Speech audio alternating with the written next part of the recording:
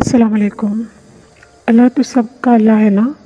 कौन अच्छा है और कौन बुरा, कौन आला है और कौन कमतर, उसका फ़ैसला करने का हक़ बस मेरे अल्लाह को है।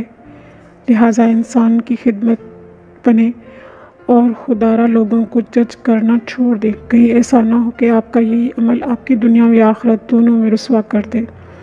मेरा अल्लाह सिर्फ़ नेक लोगों का अल्लाह नहीं है, वो सबका अल्लाह है, वो गुनहगारों का भी। और याद रखें, जब कोई नेक इंसान अल्लाह को पुकारता है तो अल्लाह एक बार लब्बैक कहता है। जब कोई गुनहगार इंसान अल्लाह को पुकारता है तो अल्लाह 3 बार लब्बैक फरमाता है।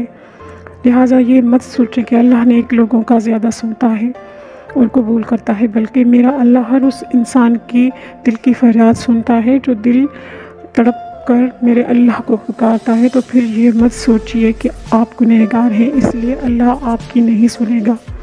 आप सुनाएं अपने अल्लाह को अपने दिल की हर बात। अगर आप गुनहगार हैं तो अल्लाह भी गफूरुर रहीम है।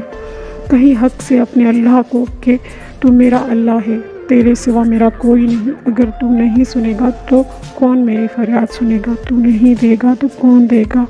कोई तो मुझे बता दे, मुझे तो तेरे सिवा कोई नज़र नहीं आता। या अल्लाह, मैं तेरी ही इबादत करती हूँ, तुझसे ही मदद मांगती हूँ। मेरा कोई भी दुख, मेरा कोई भी गम, मेरी कोई भी हाजत पूरी किए बिना मत छोड़ना। मेरे दिल को अपनी रज़ा अता पर हमेशा राज़ी रखना। ये दिल तो तेरा बनाया हुआ है ना। तू नहीं सुनेगा तो कौन मेरी फरियाद सुनेगा, तू नहीं देगा तो कौन देगा।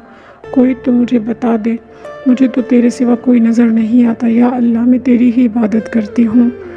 फ़ैसलों का जो हमेशा हमारे हक़ में बेहतर साबित हुए और होते रहेंगे, क्योंकि हम चाह भी नहीं सकते जब तक अल्लाह ना चाहे, और जो अल्लाह चाहेगा वो हमें मिलकर रहेगा, कोई रोक नहीं सकता। लिहाजा अपने अल्लाह को राज़ी करें। जब अल्लाह राज़ी हुआ तो फिर वो मिलेगा जो आपकी चाहत है, वरना अल्लाह आपके दिल को उस पर राज़ी कर देगा जो अल्लाह की चाहत है।